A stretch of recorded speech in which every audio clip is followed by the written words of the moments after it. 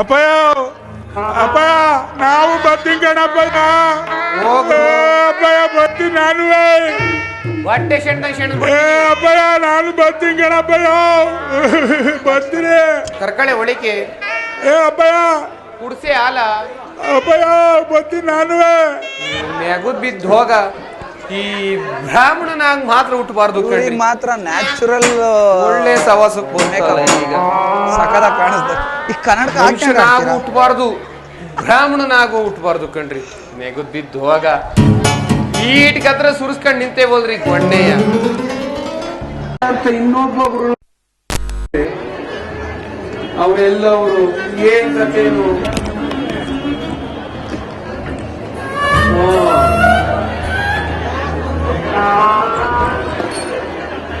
ನಮ್ ಗುರುಗಳು ಸರಿಯಾದ ಗುರುಗಳನ್ನೇ ಕಲಿಸ್ತೇವ್ರಿ.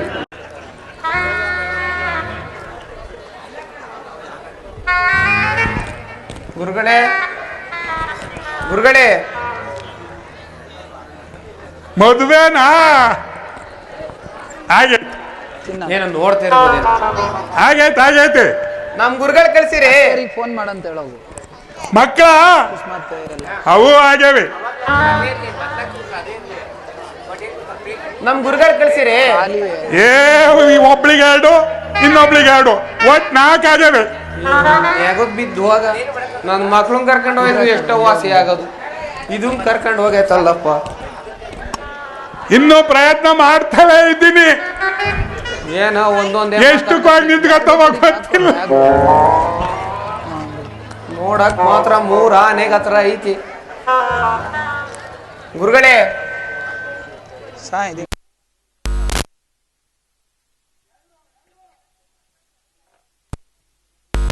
ದೂರದೊಳೊಬ್ಳು ಹತ್ರ ದೂರದೊಳೊಬ್ಳು 2 ಮಾಡ್ಕೊಂಡ್ಬಿಟ್ಟಿದ್ವಿ. ಶಿವುಡ್ ಶಾಸ್ತ್ರಿ ಕಟ್ಕೊಂಡ್ ನಮಗ್ ಎಣಗದ್ ಬಂದೈತಲ್ಲ. ಈಗ ಈ ದಿವಸ ಸೀತಾಮದರು ತುಳಸಿ ಪೂಜೆ ಮಾಡ್ತಿದ್ದಾರೆ. ಹೋಗೋಣ. ತುಳಸಿ ಪೂಜೆ ದಪ್ಪವು ಲಾಡುಂಡೆ ಕುಂಬಳಕಾಯಿ ಒಂದೇ ಒಂದು. ತುಳಸಿ ಪೂಜೆಗೆ ಬರೋವೆಲ್ಲ ನನಗೆ ಜಾಸ್ತಿ ಕೊಟ್ರೆ ಮಾತ್ರ ಬರ್ತೀನಿ, ಇಲ್ಲ ಅಂದ್ರೆ ಹಿಂಗ ಹೋಗ್ಬಿಡ್ತೀನಿ. ಯಾರ ಮುಖ ನೋಡಿ ಸರಿಯಾದ ಸಿಕ್ಕೇತಿ. ಇದು ಕರ್ಕೊಂಡು ಹೋಗಿ ಎಣಗದ್ ಬಂದಿರ್ತಲ್ಲ ನಮಗೆ. ಬರ್ರಿ ಹೋಗೋಣ. ಜಾಸ್ತಿ ಬರ್ರಿ.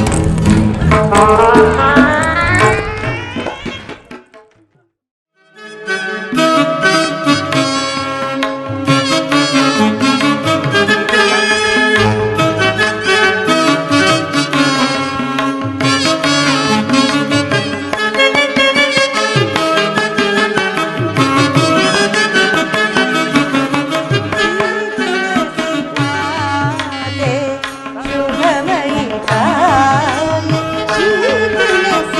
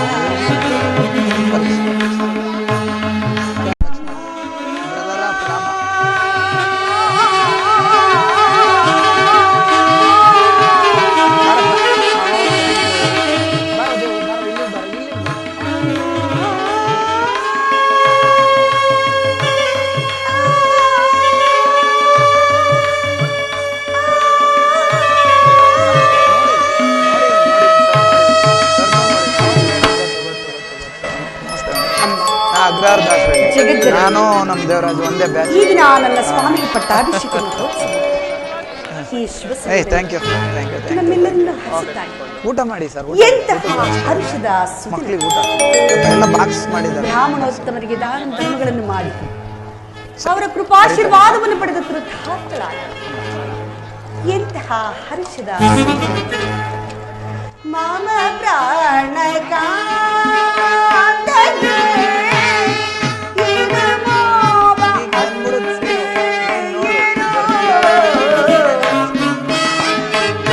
ಯಾರ್ಯಾರು ಹೇಳಿಲ್ಲ ಬೇಡ ಕಣೆ, ಯಾರು ಮತ್ತೆ ನಾನು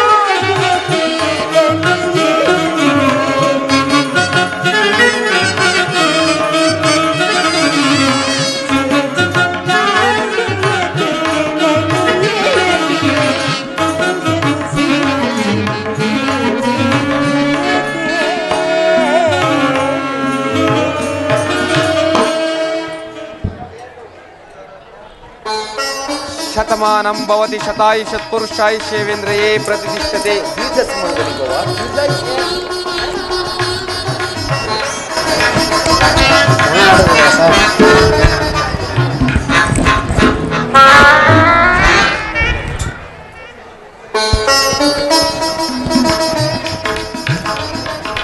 ಈ ದಿನ ನನ್ನ ಪಟ್ಟಾಭಿಷೇಕವೆಂದು ತಿಳಿದು ಜಾನಕಿಯು ಭೂಸುರೋತ್ತಮರಿಗೆ ದಾನ ಧರ್ಮಾದಿಗಳನ್ನು ಮಾಡಿ ಪುಣ್ಯಕ್ಕೆ ಭಾಗಿಯಾಗಿರುವಳು. ನಾನು ಒದಗಿರುವ ಈ ಅಮಂಗಳ ವಾರ್ತೆಯನ್ನು ಅವಳಿಗೆ ಹೇಗೆ ತಿಳಿಸಲಿ? ಸೀತಾ, ಸೀತಾ,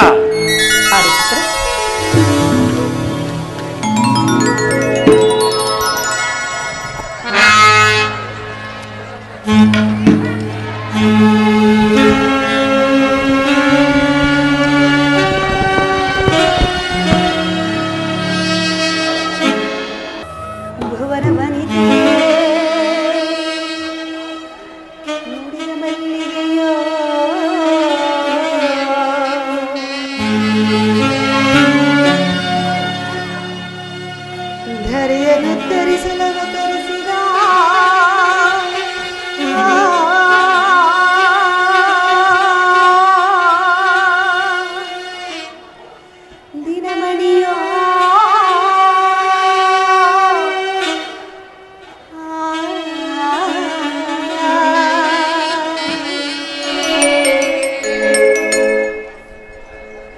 ರಾಮ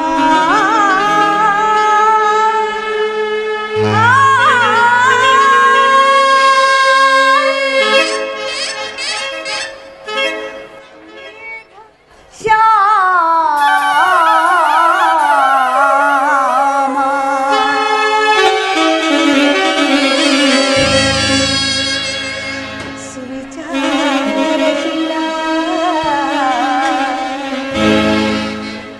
ನೀಲಗುಣ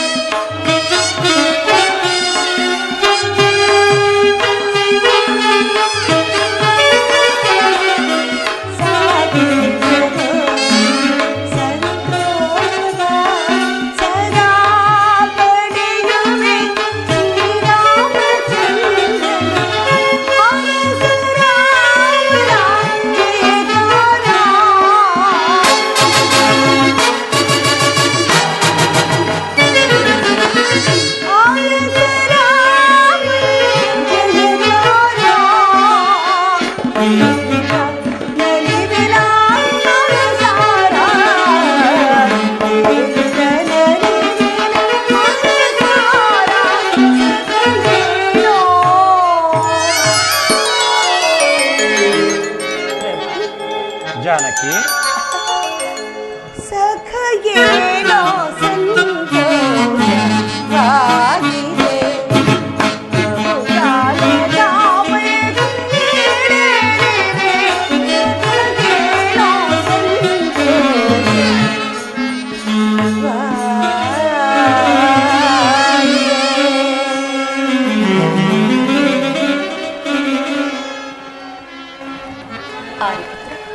ಜಾನಕಿ, ಇದೇ ಈ ದಿನ ತಮ್ಮ ಪಟ್ಟಾಭಿಷೇಕ ಮಹೋತ್ಸವ. ಈ ಶುಭ ಸಮಯದಲ್ಲಿ ಕೊಳದಕ್ಕೆಂದಾವರಿಯಂತೆ ಕಂಗೊಳಿಸಬೇಕಾದ ನೀರಿನ ಕಮಲ. ಅದೇಕೆ ಪ್ರಭು ಕಾಂತಿಹೀನವಾಗಿರುವುದಲ್ಲ?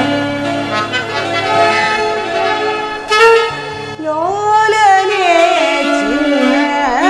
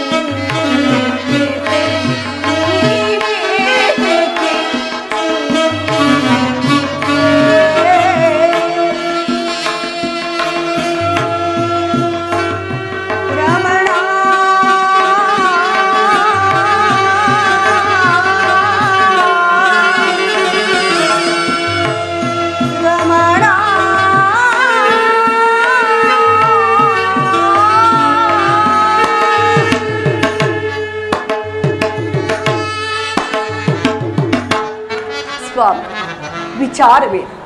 ನನ್ನ ಸಂಗಡ ಹೇಳಬಾರದು. ಸೀತಾ,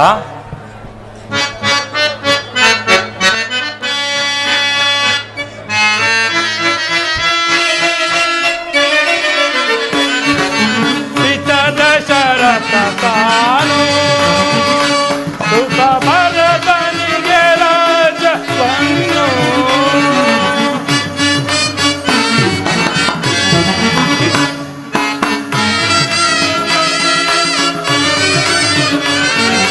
ಪಿತ ದಶರಥ ತಾನು ಸುಖ ಭರತನಿಗೆ ರಾಜವನ್ನು ಅತಿಶಯದಿಂದ ತನ್ನು ಕೇಳಿಸುತ್ತೆ, ಅತಿಶಯದೆಂದೇ ತನ್ನು ಕೇಳಿಸುತ್ತೆ. ಏನ ಬೇಡಲಿ ಸರಸಿರುವ ಮುಖಿಯಲ್ಲಿ ಪ್ರಿಯ ಸಖಿ ಜಾನಕಿ ಏನ ಬೇಡಲಿ.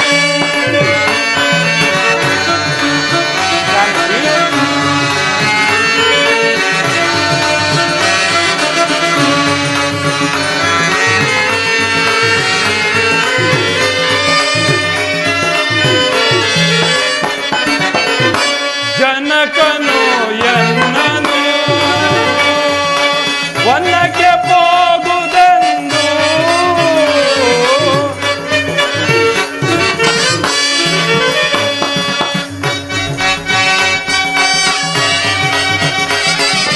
ಮಮ ಜನಕನು ಎನ್ನನು ವನಕ್ಕೆ ಹೋಗುವುದೆಂದು ಜನಕ ಜಯನೇ ತನ್ನುಗೆ ಜನಕ ಜನಕ ಜಯನೇ ತನ್ನುಗೆ ಜನಕ ಏನ ಬೇಳಲಿ ಸರಸಿರುವ ಮುಖಿಯಲ್ಲಿ ಪ್ರಿಯ ಸಖಿ ಜಾನಕಿ ಏನ ಬೇಳಲಿ.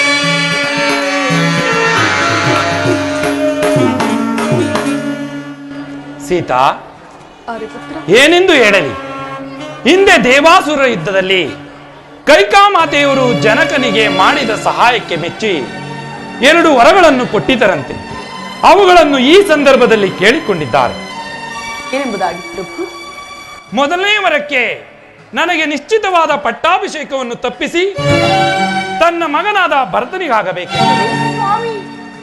ಹೌದು ಸೀತಾ. ಇನ್ನು 2ನೇ ವರಕ್ಕೆ ನಾನು ನಾರುಮುಣಿಯನ್ನುಟ್ಟು ಜಟಾವಲ್ಕಲಧಾರಿಯಾಗಿ 14 ವರ್ಷ ವನವಾಸಕ್ಕೆ ಹೋಗಬೇಕೆಂದು ಕೇಳಿಕೊಂಡಿರುವುದು. ರಾಮಚಂದ್ರ, ಆದ್ದರಿಂದ ನಾನು ಈ ದಿವಸವೇ ವನವಾಸಕ್ಕೆ ಹೊರಟಿರುವೆನು. ನೀನಿಲ್ಲಿಯೇ ಇದ್ದು ಅತ್ತೆ ಮಾವಂದಿರ ಸೇವೆಯನ್ನು ಮಾಡಿಕೊಂಡು ಅವರ ಪುಣ್ಯಕ್ಕೆ ಭಾಗಿಯಾಗು. ಇಲ್ಲದಿದ್ದರೆ ನಿಮ್ಮ ತಂದೆಯವರ ಮನೆಯಲ್ಲಾದರೂ ಇರು. ನಾನು 14 ವರ್ಷ ವನವಾಸವನ್ನು ಜಾಗೃತಿಯಾಗಿ ಮುಗಿಸಿ ಬರುತ್ತೇನೆ. ಎಲೆ ವಿಧಿಯೇ, ಎಲೆ ವಿಧಿಯೇ, ನಿನ್ನ ಹೃದಯವದೆಷ್ಟೊಂದು ಕಠಿಣವು. ನನ್ನ ಆಸೆಗಳೆಲ್ಲವೂ ನಾಶವಾಗಿ ಹೋದವೆ, ನನ್ನ ಬಯಕೆಗಳೆಲ್ಲವೂ ಬಯಲಾಗಿ ಹೋದವೆ.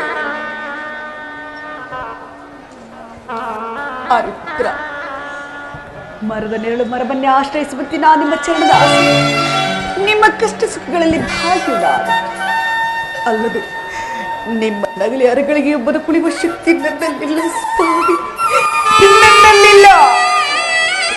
ದಯಮಾಡಿ ನನ್ನನ್ನು ನಿಮ್ಮ ಸಂಗಡ ಕರೆದುಕೊಂಡು ಹೊರಡಿ. ಸೀತಾ, ವನವಾಸದ ಆಜ್ಞೆ ನನಗೆ ಮಾತ್ರ. ನೀನು ಸುಮಕೋಮಲಿ, ಅರಮನೆಯಲ್ಲಿ ಸುಖವಾಗಿ ಬೆಳೆದವಳು. ಕಾಡಿನಲ್ಲಿ ಗೆಡ್ಡೆ ಗೆಣಸುಗಳನ್ನು ತಿನ್ನುತ್ತಾ ಕಲ್ಲು ಮುಳ್ಳುಗಳನ್ನು ತುಳಿಯುತ್ತಾ ಕಷ್ಟಪಡುವುದನ್ನು ನಾನು ನೋಡಲಾರೆ. ನನ್ನನ್ನು ಬೀಳ್ಕೊಡು. ಆರ್ಯಪುತ್ರ, ಬಹುಬೇಗ ಬಂದು ಬಿಡುತ್ತೇನೆ. ನಿಮ್ಮ ನಗಲಿದ ಈ ಅರಮನೆಯ ವಾಸವು ನನ್ನ ಪಾಲಿಗೆ ಅರಣ್ಯ ವಾಸಕ್ಕಿಂತಲೂ ಕಠಿಣವಾಗುವುದು. ನಿಮ್ಮ ಸಂಗಡ ನಾಗೈವ ಅರಣ್ಯ ವಾಸವೇ ಅರಮನೆಯ ವಾಸಕ್ಕಿಂತಲೂ ಸುಖದಾಯಕವಾಗಲಿ. ದಯಮಾಡಿ ನನ್ನನ್ನು ನಿಮ್ಮ ಸಂಗ ಕರೆದುಕೊಂಡು ಬಿಡಿ. ಇಲ್ಲವೇ ಖಂಡಿತವಾಗಿ ಪ್ರಾಣತ್ಯಾಗ ಮಾಡಿ. ಸೀತಾ ಸೀತಾ, ವಿಧಿ ಇಚ್ಛೆ ಇದ್ದಂತಾಗಲಿ. ನಡೆ, ಮಾತಾಪಿತೃಗಳ ಆಶೀರ್ವಾದವನ್ನು ಪಡೆದು ಹೊರಡೋಣ.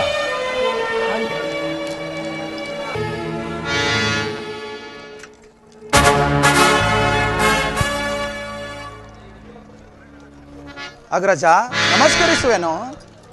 ಸಹೋದರ, ನಿನಗೆ ಮಂಗಳವಾಗಲಿ. ಅಣ್ಣ, ಈ ದಿನ ನಿಮ್ಮ ಪಟ್ಟಾಭಿಷೇಕವೆಂದು ತಿಳಿದು ಪಟ್ಟಣದಲ್ಲೆಲ್ಲರೂ ಸಂತೋಷರಾಗಿರುವರು. ಹೀಗಿರುವಾಗ ನೀವು ಮಾತ್ರ ಈ ರೀತಿ ಖಿನ್ನ ಮನಸ್ಕರಾಗಿ ಮಾತೆಯವರ ಸಂಗಡ ಪಾದಚಾರಿಯಾಗಿ ಬರಬೇಕೆ? ಹೇಳಿದ್ದರೆ ನಾನೇ ರಥವನ್ನು ತರುತ್ತಿದ್ದೇನಲ್ಲ.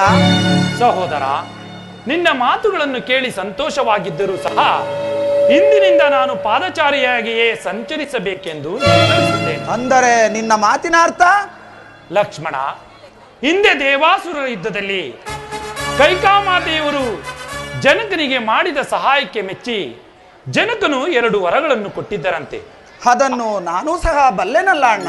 ಅವುಗಳನ್ನು ಈ ಸಂದರ್ಭದಲ್ಲಿ ಕೇಳಿಕೊಂಡಿದ್ದಾರೆ. ಏನೆಂಬುದಾಗಿ? ಮೊದಲನೇ ವರಕ್ಕೆ ನನಗೆ ನಿಶ್ಚಿತವಾದ ಪಟ್ಟಾಭಿಷೇಕವನ್ನು ತಪ್ಪಿಸಿ ತನ್ನ ಮಗನಾದ ಭರತನಿಗಾಗಬೇಕೆಂತಲೂ, ಕೂಡದು ಅಣ್ಣ. ಇನ್ನು 2ನೇ ವರಕ್ಕೆ ನಾನು ನಾರುಮಣಿಯನ್ನುಟ್ಟು 14 ವರ್ಷ ವನವಾಸಕ್ಕೆ ಹೋಗಬೇಕೆಂದು ಕೇಳಿಕೊಂಡಳು. ಕೂಡದು ಅಣ್ಣ, ಕೂಡದು ಅಣ್ಣ. ಸಾಕೇತ ಪುರಟಿ ಪರಿಯುತ್ತರವೇ ವರ ರಘುವರ ನೆನೆತಿರೆ. ಸಾಕೇತ ಪುರಟಿ ಪರಿಯುತ್ತರವೇ ಅಣ್ಣ.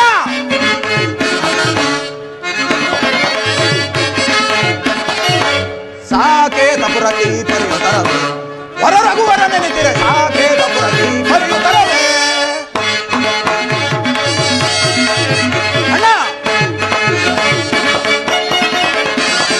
ಹೀರಿ ಮಾತನಾಡುವಂತ ದುರುಳರ ಶಿರಗಳ ಬಳಿಯೇ ಬರದೋಳು. ಹೀರಿ ಮಾತನಾಡುವಂತ ದುರುಳರ ಶಿರಗಳ ಕಡಿಯೇ ಬರದೋಳು. ಸಾಕೇತ ಪುರಟಿ ಪರಿಯುತ್ತರವೇ ವರ ರಘುವರ ನೆನೆತಿರೆ. ಸಾಕೇತ ಪುರಟಿ ಪರಿಯುತ್ತರವೇ ಅಣ್ಣ. ರಾಮಕಾಳ ಸೇರಿ ಭರತನು ಸುಖದಲ್ಲಿ ರಾಜ್ಯವನ್ನಾಡುವನೆ. ರಾಮಕಾಳ ಸೇರಿ ಭರತನು ಸುಖದಲ್ಲಿ ರಾಜ್ಯವನ್ನಾಡುವನೆ. ಮುನಿಗಳು ಮುಂದಾಗಿರಲಿ ಬರೆಯಲಿ ಅಣ್ಣ. ಮುನಿಗಳು ಮುಂದಾಗಿರಲಿ ಬರೆಯಲಿ. ತಾತನಾಡಿದಂತ ಮಾತನಾಡಿದೆ. ತಾತನಾಡಿದಂತ ಮಾತನಾಡಿದೆ. ಸಾಕೇತ ಪುರಟಿ ಪರಿಯುತ್ತರವೇ ವರ ರಘುವರ ನೆನೆತಿರೆ. ಸಾಕೇತ ಪುರಟಿ ಪರಿಯುತ್ತರವೇ. ಕೂಡದು ಅಣ್ಣ, ಕೂಡದು. ನೀವು ಅರಣ್ಯವಾಸಕ್ಕೆ ಹೋಗಲೇ ಕೂಡದು. ಮಹಾಮಾತ್ಸರ್ಯ ವಿಷಭರಿತ ಕಾಳ ಸರ್ಪಿಣಿಯಾದ ಆ ಕೈಕೆ ಎಂಬ ಮೋಹದ ವಿಷವು ತಲೆಗೇರಿ ವೃದ್ಧ ತಂದೆಯವರು ನೀಡಿದ ವಾಗ್ದಾನವನ್ನು ನಡೆಸಲೇ ಕೂಡದು. ಅಣ್ಣ, ನಿನಗೆ ಒಲಿದು ಬಂದಿರುವ ರಾಜಲಕ್ಷ್ಮಿಯನ್ನು ತಿರಸ್ಕರಿಸಿ ಅರಣ್ಯಕ್ಕೆ ಹೋಗುವುದೇ?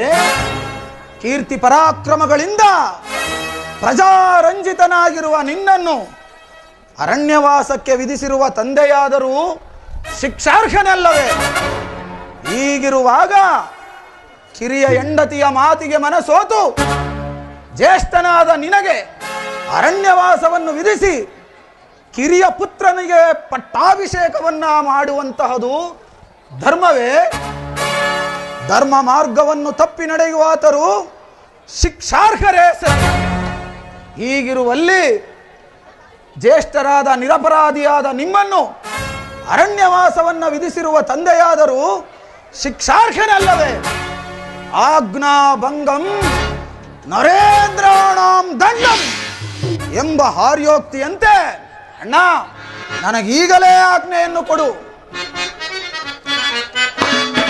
ಮನವಿಲ್ಲದ ಈನ ಕೈಕೆಯ ಅಣ್ಣ, ಮನವಿಲ್ಲದ ಈನ ಕೈಕೆಯ ಜನತನವನು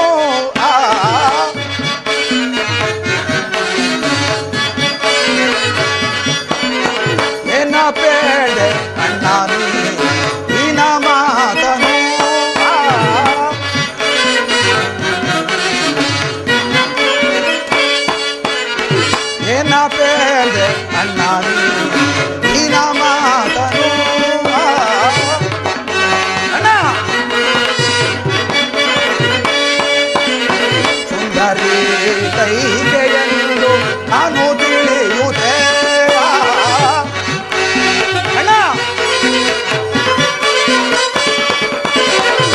ಕರೆ ಕೈಗೆಯೆಂದು ನಾನು ತಿಳಿಯುತ್ತೆ ತಂದೆ ಪ್ರೇಯನಿಯ ವಚನ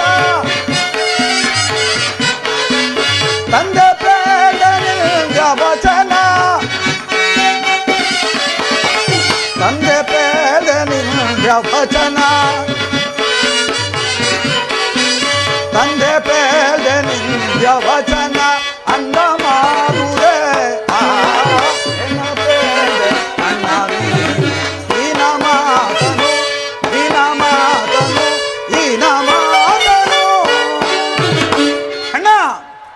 ಕುಲಜ್ಯೇಷ್ಠನು ಧರ್ಮ ಪರಾಕ್ರಮನೂ ಆದ ನಿನ್ನಲ್ಲಿ ದ್ವೇಷಾಸೂಯೆಯಿಂದಲೂ ತನ್ನ ಮಗನ ಮೇಲಿನ ವ್ಯಾಮೋಹದಿಂದಲೂ ರಾಜ್ಯ ಪದವಿಗೂ ಕ್ಷತ್ರಿಯ ಕುಲಕ್ಕೂ ಕಳಂಕವನ್ನೇ ತಂದಿರುವ ಆ ಕುಲದ್ರೋಹಿ ಕೈಕೆಯ ನಾಲಿಗೆಯನ್ನು ಸೇಡಿ ಬಿಡುವನನ್ನ. ಶಾಂತನಾಗು ಸಹೋದರ, ಶಾಂತನಾಗು. ದುಡುಕುವುದು ಪ್ರಾಜ್ಞರ ಲಕ್ಷಣವಲ್ಲ. ಪುತ್ರರಾಗಿ ಜನಿಸಿದ ನಾವುಗಳು ತಂದೆ ತಾಯಿಗಳ ಮಾತನ್ನು ನಡೆಸುವುದು ನಮ್ಮ ಧರ್ಮವಲ್ಲವೇ? ಆದ್ದರಿಂದ ನಾನು ನನ್ನ ಕರ್ತವ್ಯದಲ್ಲಿ ನಿರತನಾಗಿರುವೆನು. ನೀನು ಇಲ್ಲಿಯೇ ಇದ್ದು ಮಾತಾಪಿತೃಗಳ ಆಶೀರ್ವಾದವನ್ನು ಪಡೆದು ಅವರ ಪ್ರೀತಿಗೆ ಪಾತ್ರನಾಗು. ಅಣ್ಣ, ಮಾತಾಪಿತೃಗಳ ಸೇವೆಯನ್ನು ಮಾಡಲು ಭರತ ಶತ್ರುಘ್ನರಿರುವರು. ಮೇಲಾಗಿ ಆ ಕೈಕವ ಮಾತೆ ಇರುವಾಗ ನಾನಿದ್ದು ಫಲವೇನು ಅಣ್ಣ? ಅಣ್ಣ, ನನ್ನನ್ನು ಸಹ ನಿನ್ನೊಂದಿಗೆ ಅರಣ್ಯವಾಸಕ್ಕೆ ಕರೆದುಕೊಂಡು ಹೋಗಣ್ಣ. ಲಕ್ಷ್ಮಣ, ನೀನು ನನ್ನ ಜೊತೆ ಬಂದರೆ ತಂದೆ ತಾಯಿಗಳ ಸೇವೆ ಮಾಡುವರಾರು? ಅಣ್ಣ, ಸತಿಯೇ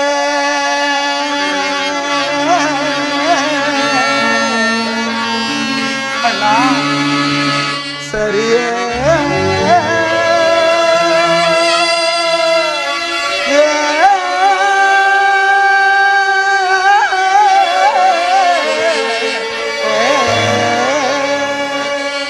ಬೇಡವಣ್ಣ. ನಾಡ ತೊರೆವುದು ದೊರೆಯೇ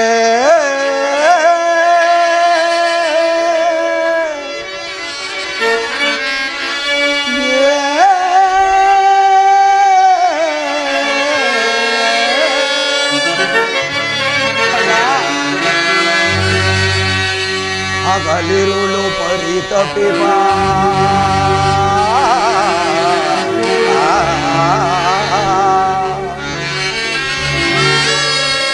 ಹಗಲಿರುಳು ಪರಿತಪಿಪ ಪುರದ ಜನರ ತೊರೆವುದು ಸರಿಯೇ ರಾಮ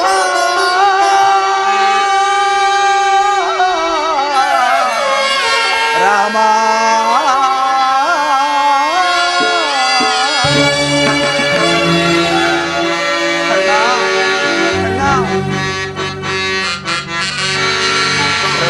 ಇಲ್ಲದ ಗಗನ ನಗುವಿಲ್ಲದ ವದನ ದೇವರಿಲ್ಲದ ಸದನ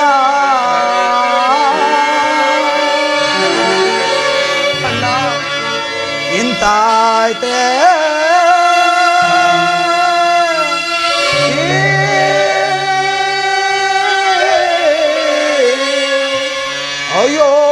ಅಯೋಗ್ಯೆಯ ಕಥನ ರಾಮ ರಾಮ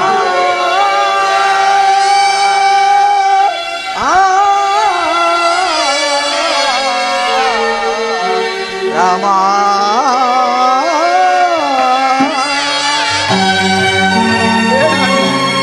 ಬೇಡವಲ್ಲ ಬೇಡ. ಚಿಕ್ಕಂದಿನಿಂದಲೂ ನಿನ್ನ ನಗಲಿ ನಾನೆಂದಿಗೂ ಇಲ್ಲವಲ್ಲ ಅಣ್ಣ. ನಿನ್ನೊಂದಿಗೆ ನನ್ನನ್ನು ಅರಣ್ಯವಾಸಕ್ಕೆ ಕರೆದುಕೊಂಡು ಹೋಗದಿದ್ದ ಪಕ್ಷದಲ್ಲಿ ಆ ಕ್ಷಣವೇ ನಾನು ಈ ಪ್ರಾಣವನ್ನು ತ್ಯಾಗ ಮಾಡುವೆನು ಅಣ್ಣ. ಇದು ನಿನ್ನ ಪಾದ ಸಾಕ್ಷಿಯಾಗಿದೆ ಲಕ್ಷ್ಮಣ, ಅಣ್ಣ. ಲಕ್ಷ್ಮಣ, ಅಣ್ಣ, ಇದೆಂತಹ ಉಭಯ ಸಂಕಟವಿದು. ಜಾನಕಿಯೂ ನನ್ನ ಹಿಂದೆ ಹೊರಟಿರುವುದು, ನೀನು ಹಠ ಸಾಧಿಸಿ ನನ್ನ ಹಿಂದೆ ಹೊರಟಿರುವೆ. ವಿಧಿ ಇಚ್ಛೆ ಇದ್ದಂತಾಗಲಿ. ನಡೆಯಿರಿ, ಮಾತಾಪಿತೃಗಳ ಆಶೀರ್ವಾದವನ್ನು ಪಡೆದು ಹೊರಡೋಣ. ಹಾಗೇ ಆಗಲಿ ಅಣ್ಣ.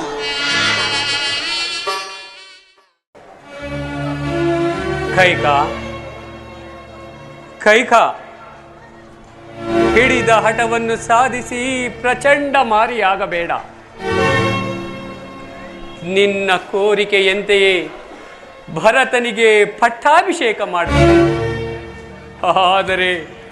ಆದರೆ ನನ್ನ ಮುದ್ದು ರಾಮನ ವನವಾಸವನ್ನು ತಪ್ಪಿಸು ಕೈಕಾ, ತಪ್ಪಿಸು. ಒಂದೇ ಒಂದು ಬಾರಿ ರಾಮನು ವನವಾಸಕ್ಕೆ ಹೋಗಬಾರದೆಂದು ನಗುಮುಖದಿಂದ ಹೇಳು ಕೈಕಾ. ಅಬ್ಬಬ್ಬ, ಸಾಕು, ನಿಲ್ಲಿಸಿ ನಿಮ್ಮ ಗೋಳಾಟವನ್ನು. ಯಾರಲ್ಲಿ ರಾಮಚಂದ್ರನನ್ನು ಬರಮಾಡಿ. ಅಯ್ಯೋ, ಈ ವೇದನೆಯನ್ನು ಹೇಗೆ ಸಹಿಸಲಿ ರಾಮಚಂದ್ರ, ಈ ವೇದನೆಯನ್ನು ಹೇಗೆ ಸಹಿಸಲಿ?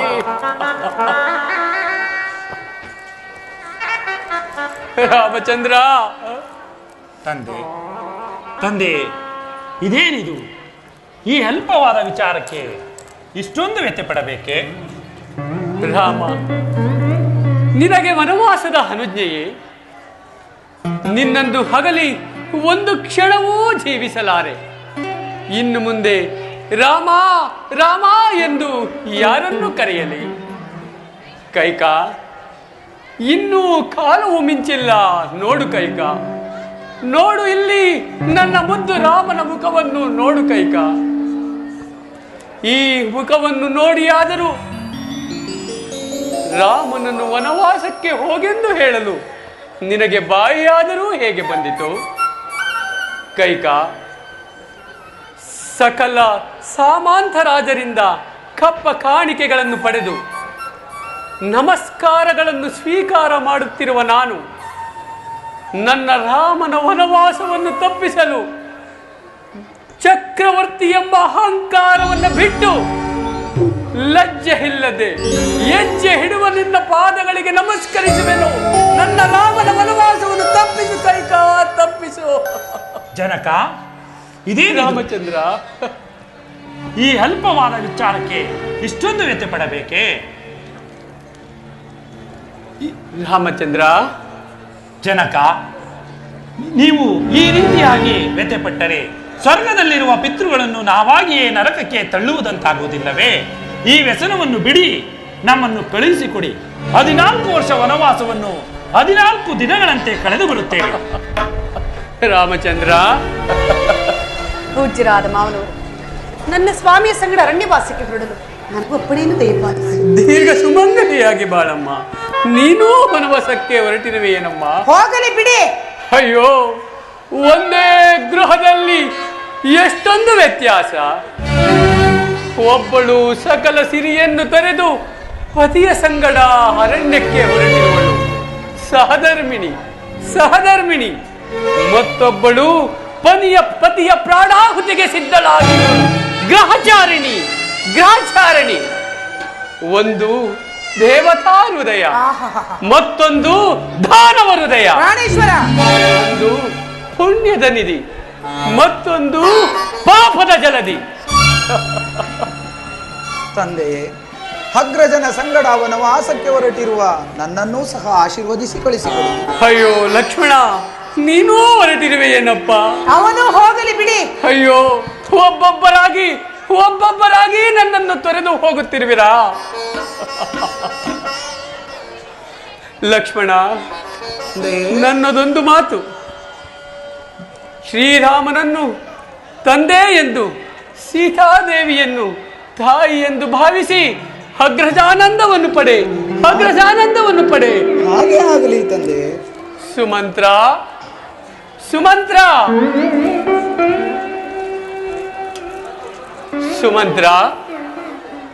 ವನವಾಸಕ್ಕೆ ಹೊರಟಿರುವ ಶ್ರೀರಾಮಚಂದ್ರನ ಹಿಂದೆ ಅಯೋಧ್ಯೆಯ ಸಕಲ ಸಿರಿ ಸಂಪತ್ತುಗಳು ಹೋಗಲಿ. ನಿಲ್ಲು ಸುಮಂತರ, ನಿಲ್ಲು. ನಿಲ್ಲಪ್ಪ, ನಿಲ್ಲು. ಮಹಾರಾಣಿಯವರು ಏನೋ ಆಜ್ಞೆ ಮಾಡುವಂತಿದೆ, ಅದನ್ನು ಕೇಳಿಕೊಂಡು ಹೋಗು. ಏನು ಹೇಳಿದಿರಿ? ಏನು ಹೇಳಿದಿರಿ? ಕೈಕ, ರಾಮನ ಹಿಂದೆ ಸಕಲ ಸಂಪನ್ನಗಳು ಹೋಗಿಬಿಟ್ಟರೆ ಕೆರೆ ತೆಗೆದ ಹಾಲಿನಂತಿರುವ ಈ ನಿಸ್ಸಾರವಾದ ರಾಜ್ಯವನ್ನು ನನ್ನ ಮಗನಾದ ಭರತನಾಳಬೇಕೇನು? ರಾಮಚಂದ್ರನ ಹಿಂದೆ ಏನು ಹೋಗಕೂಡದು ತಿಳಿಯುತ್ತೇನು? ರಾಮಚಂದ್ರ, ವನವಾಸಕ್ಕೆ ಹೊರಟಿರುವ ನಿನಗೇಕೆ ಬೇಕು ಈ ವಸ್ತ್ರಾಭರಣಗಳು? ನಾನು ಕೊಡುವ ನಾರುಮಡಿಗಳನ್ನುಟ್ಟು ಹೊರಡಲು ಸಿದ್ಧನಾಗುವಷ್ಟೇ. ಅಯ್ಯೋ, ನನ್ನ ಪ್ರೇಮ ಪುತ್ಥಳಿಗಳಿಗೆ ನಾರು ಮುಡಿಯೇ ಜನಕ, ನೋಡಲಾರೆ ಮಕ್ಕಳೇ, ನೋಡಲಾರೆ. ವನವಾಸಕ್ಕೆ ಹೊರಟಿರುವ ನಮಗೇಕೆ ವಸ್ತ್ರಾಭರಣಗಳು? ನಾರುಮುಡಿಯನ್ನು ಕೊಡಿ ತಾಯಿ, ಅದನ್ನೇ ರಕ್ಷಾ ಕವಚವೆಂದು ಸ್ವೀಕರಿಸುತ್ತೇವೆ. ಲಕ್ಷ್ಮಣ, ನೀನು ನಿನ್ನ ಅಣ್ಣನ ಹಿಂದೆ ಹೊರಟಿರುವ ತಾನೆ, ತೆಗೆದುಕೋ. ಸೀತಾ,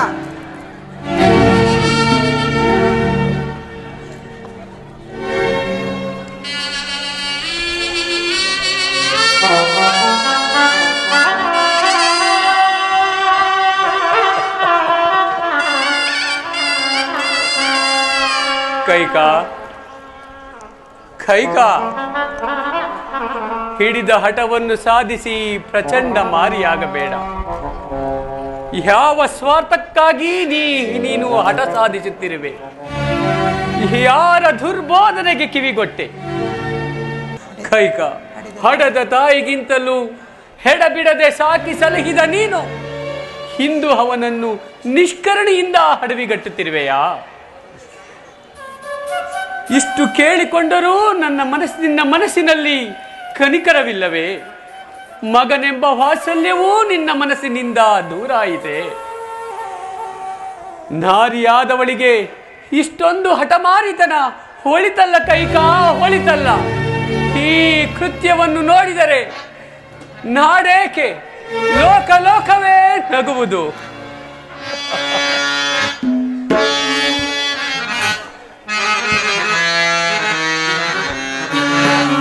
ನೋಡಿ ನಗುವುದು ಈ ಜಗವು, ನಿನ್ನ ನೋಡಿ ನಗುವುದು ಈ ಜಗವು.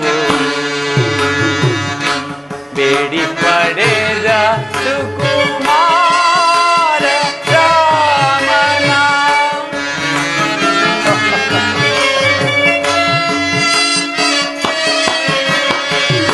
ಬೇಡಿ ಪಡೆದ ಸುಕುಮಾರ ರಾಮನ ಕಾಡಿಗೆ ಕಳುಹಿ ಜೀವಿಸಲೆಂದು.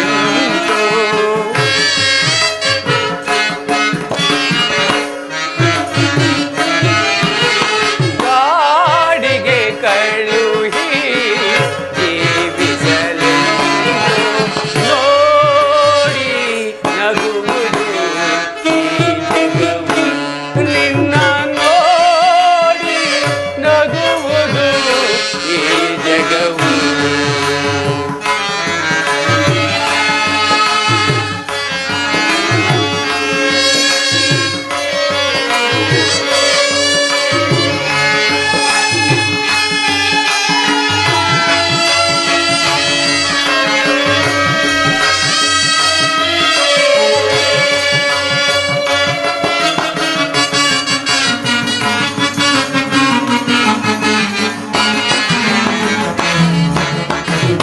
ತಂದೆ ಮಹಾರಾಜ, ತಾಯಿ ಮಹಾರಾಣಿ,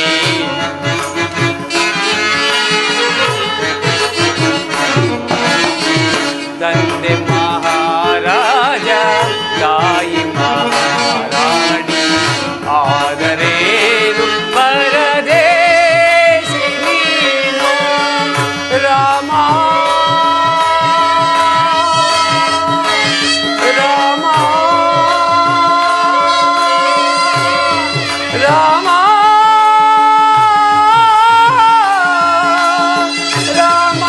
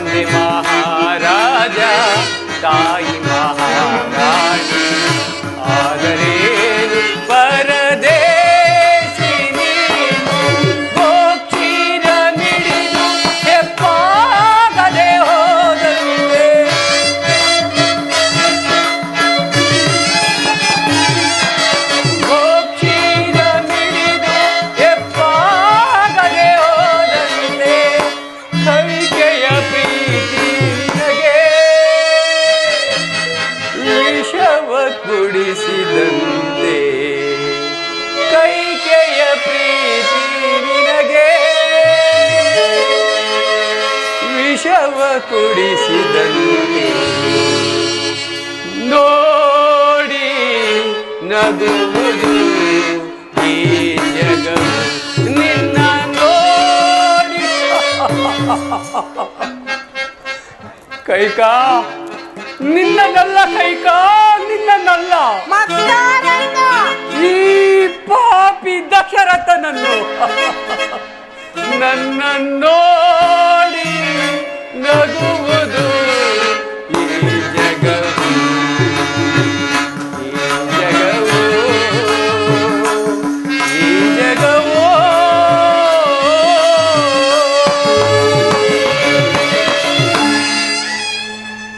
ಕೈಕಾ,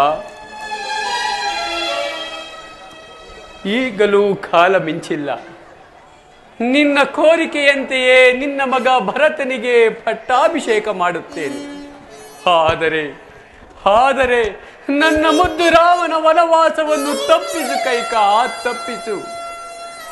ಏಕೆಂದರೆ ಮುತ್ತು ರತ್ನಗಳನ್ನು ಧರಿಸಿ ಪಟ್ಟೆ ಪೀತಾಂಬರಗಳನ್ನುಟ್ಟು ರತ್ನ ಖಚಿತವಾದ ಸಿಂಹಾಸನದ ಮೇಲೆ ಕುಳಿತು ರಾಜ್ಯಭಾರ ಮಾಡಬೇಕಾಗಿದ್ದ ರಾಮನು ನಾರು ಮುಡಿಯನ್ನುಟ್ಟು ರಾಜ್ಯವನ್ನು ಬಿಟ್ಟು ಹೋಗುವುದನ್ನು ನೋಡಲಾರೆ ಕೈಕಾ, ನೋಡಲಾರೆ.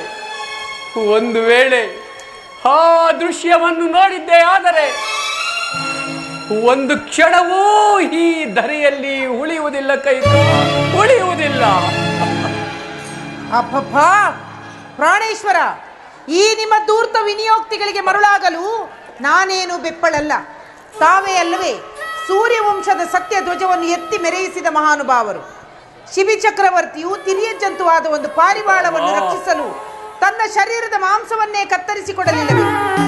ಇನ್ನು ಹರಿಶ್ಚಂದ್ರ ಮಹಾರಾಜರು ತನ್ನ ರಾಜ್ಯ ಕೋಶಾದಿ ಸರ್ವಸ್ವವನ್ನು ದಾನಗೈದಿದ್ದು ಅಲ್ಲದೆ ಪತ್ನಿ ಪುತ್ರರನ್ನು ಇನ್ನೊಬ್ಬರಿಗೆ ಮಾರಿದ್ದು ಅಲ್ಲದೆ ಕೊನೆಗೆ ತನ್ನ ಶರೀರವನ್ನು ಚಂಡಾಲನಿಗೆ ಮಾರಿಕೊಳ್ಳಲಿಲ್ಲ. ಅಂತಹ ಶ್ರೇಷ್ಠ ಮುಕುಟಮಣಿಗಳ ಸಾಲಿನಲ್ಲಿ ಜನಿಸಿದ ತಾವು ಇನ್ನು ನನಗೆ ಕೊಟ್ಟ ಮಾತನ್ನು ನೆರವೇರಿಸಿಕೊಡಲಾಗುವುದಿಲ್ಲವೆಂದು ಹೇಳುತ್ತಿರಲಿಲ್ಲ. ಈಗಲಾದರೂ ಏನಾಗಿರುವುದು? ಕೊಟ್ಟ ಮಾತನ್ನು ತಪ್ಪಿದ್ದೇನೆಂದು ಹೇಳಿದೆ. ಅಯ್ಯೋ ರಾಮಚಂದ್ರ ಕಂದ, ಯಾವ ಶುಭ ಗಳಿಗೆಯಲ್ಲಿ ನೀನು ಸಿಂಹಾಸನವೇರಬೇಕಾಗಿತ್ತು ಅದೇ ಗಳಿಗೆಯಲ್ಲಿ ಸಿಂಹಗಳು ವಾಸ ಮಾಡುವ ಕಾಡಿಗೆ ಹೋಗುವಂತಾಯಿತೆ. ಅಂತಹ ಕಾಡಿಗೆ ನಿನ್ನನ್ನು ಹೇಗೆ ಕಳಿಸಲಿ ಕಂದ, ಹೇಗೆ ಕಳಿಸಲಿ?